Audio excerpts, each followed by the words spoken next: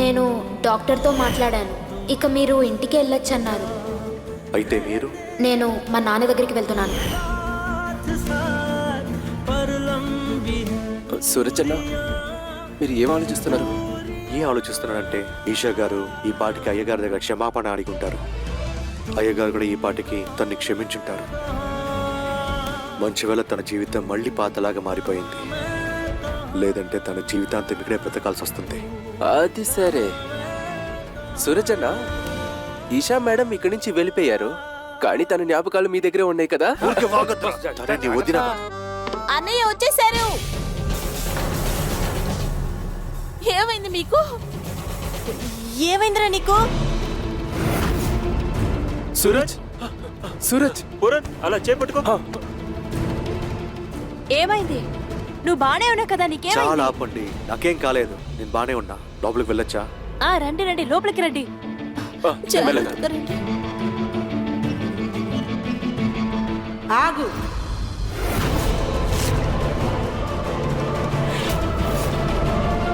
పెద్దమ్మా,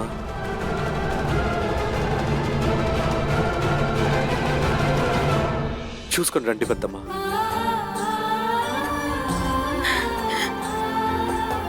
సూరజ్,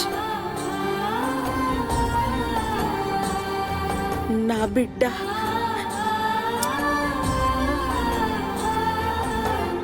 బిందియా, అక్కడెందుకు నుంచున్నావు? ఇట్రా, ఇటు వచ్చి నుంచో.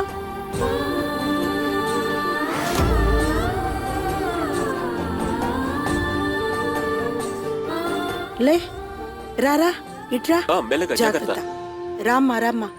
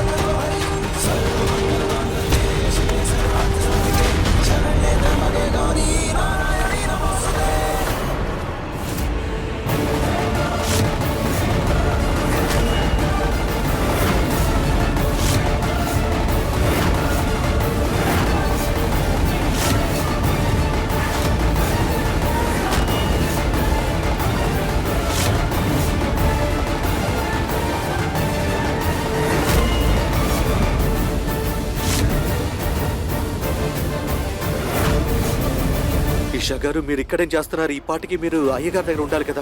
ఈ పిల్ల ఇక్కడికి ఎందుకు వచ్చింది?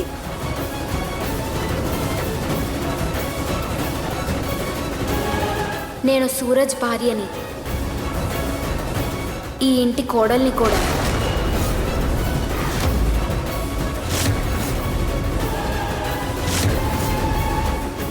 నా ఈ పెళ్లిని మనస్ఫూర్తిగా అంగీకరించి కలిసి ఉండాలని తిరిగి వచ్చాను.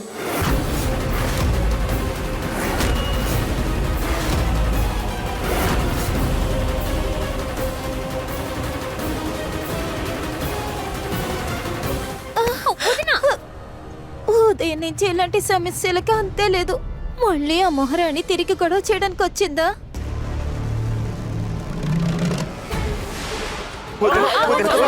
పెద్దమ్మా,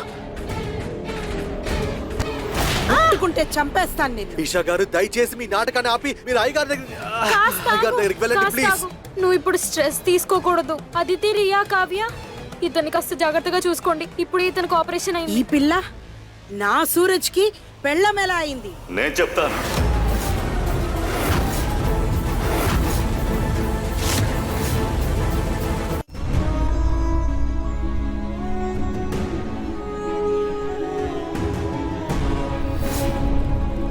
నేను పెళ్లి చేసుకోను. నీకిప్పుడు డబ్బు కావాలి కదా, దానికి బదులుగా నువ్వు ఈ ఇషాని పెళ్లి చేసుకోవాలి.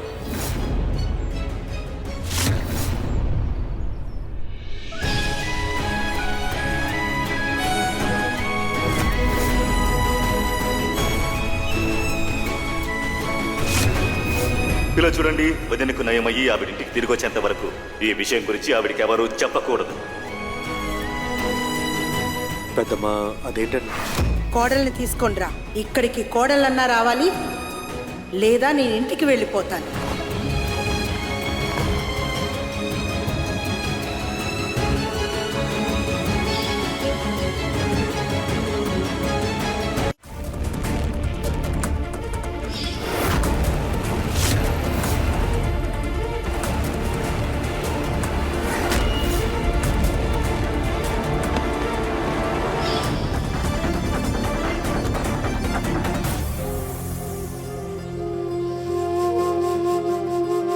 నాకు అర్థమవుతుంది, మీకు నాకు మధ్య చాలా చేదు జ్ఞాపకాలే ఉన్నాయి. కానీ పాత విషయాలన్నీ మర్చిపోయి కొత్తగా ప్రారంభిద్దాం. ఇప్పుడు మనకున్న బంధం అత్తా కోడల్ది. నేను ఈ బంధుత్వాన్ని మనస్ఫూర్తిగా పాటించాలనుకుంటున్నాను.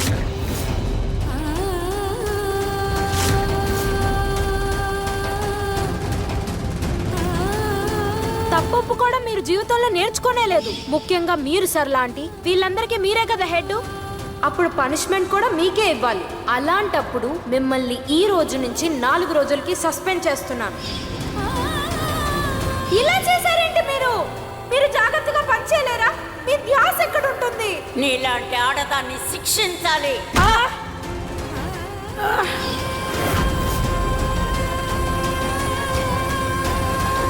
ప్లీజ్ ఒకే ఒక అవకాశం ఇవ్వండి.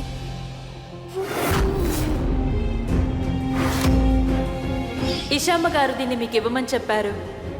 ఇదిగోండి, దీన్ని మీరు తీసుకోండి. నా చీర దొంగలించి నన్నే ఎదిరిస్తున్నావా నువ్వు? నిన్ను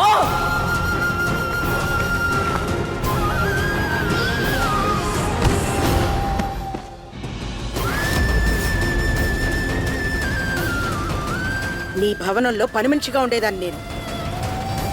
కానీ నా ఇంట్లోకి నీ శ్వాసన కూడా దూరనివ్వను.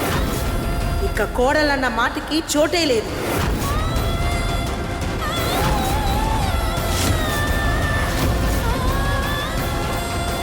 వెళ్ళు బయటికి ఇక్కడి నుంచి.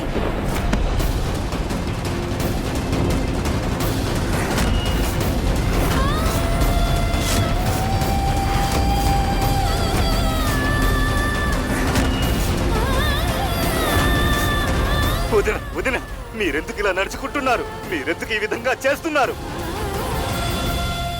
ఇదే నేను నీకిచ్చే చివరి హెచ్చరికగా అనుకో. ఇంకోసారి ఈ ఇంట్లోకి అడుగు పెట్టాలని కూడా ఎప్పుడూ ప్రయత్నించుకో. మీరెందుకు ఇలా మాట్లాడుతున్నారు వదిన? మీరు ఇలా మాట్లాడటం వల్ల జరిగిన నిజాలు మారిపోవు. ఈ అమ్మ ఈ ఇంటి కోడలే. నేను దీన్ని కోడలుగా మీరు అంగీకరించి అంగీకరించే తీరాలి. మీరు అంగీకరించే తీరాలి. ఎందుకంటే ఈ అమ్మాయిని బలవంతంగా పెళ్లి చేసుకుంది మీ కొడుకు సూరజ్. అగ్ని చుట్టూ తిరిగొచ్చాడు, తాళి కట్టాడు, కుంకుమ పెట్టాడు. ఈ అమ్మాయికి ఇన్ని విషయాలు జరిగినప్పుడు ఇంట్లోకి చేర్చనంటున్నారేంటి? తను తలంచి ఉంటే అన్ని బంధాలని తెంచుకుని సంతోషంగా వెళ్లి జీవించుండొచ్చు. ఆ అవకాశం కూడా ఉంది. కానీ తనే ఇష్టపడి ఇక్కడికి వచ్చిందంటే తన మనసులో ఉన్న విషయాన్ని తెలుసుకోకుండా తనని ఇక్కడి నుంచి పంపించడం చాలా పెద్ద తప్పు.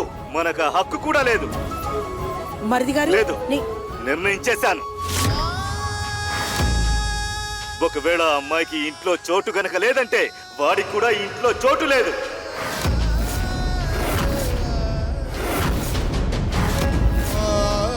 ఎందుకంటే వీడే ఈ అమ్మాయి జీవితాన్ని నాశనం చేయడానికి గులాబ్ సింగ్ దగ్గర నుంచి డబ్బులు తీసుకున్నాడు.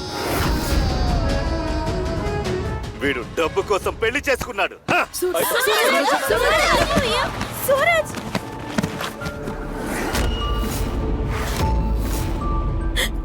సూరజ్, వాడిని ముట్టుకోకండి. తప్పుకోండి. ఎవరు వాడిని ముట్టుకోకూడదు. తప్పుకోండి. నాన్న, మీరెందుకు ఇలా చేస్తున్నారు? నోరుమై, లోపలికెళ్ళు.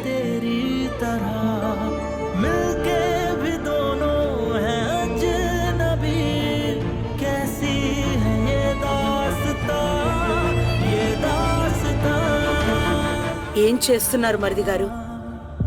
సూరజ్ పరిస్థితి చూడండి. తను ఇప్పుడే హాస్పిటల్ నుంచి వచ్చాడు.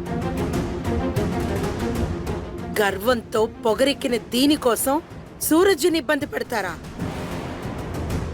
సూరజ్, రా బాబు, లోపలికి రా. వద్దొదినా. ఒకవేళ ఈషాకి ఈ ఇంట్లో గనక చోటు లేదంటే సూరజ్కి ఈ ఇంట్లో ఎలాంటి చోటు లేదు.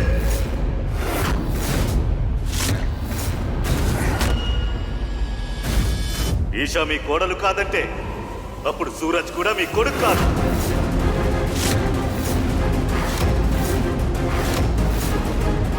మీకు సూరజ్ ఒంటిపైన ఉన్న గాయాలే కనిపిస్తున్నాయా? కానీ ఈ అమ్మాయి మనసులో ఏర్పడ్డ గాయం మీకు పూర్తిగా తెలియలేదా ఏంటి? ఈ అమ్మాయి అన్నిటినీ వదిలేసి అక్కడి నుంచి వచ్చింది, కానీ తన్ని ఇక్కడి నుంచి పూర్తిగా పంపించాలని చూస్తున్నారు.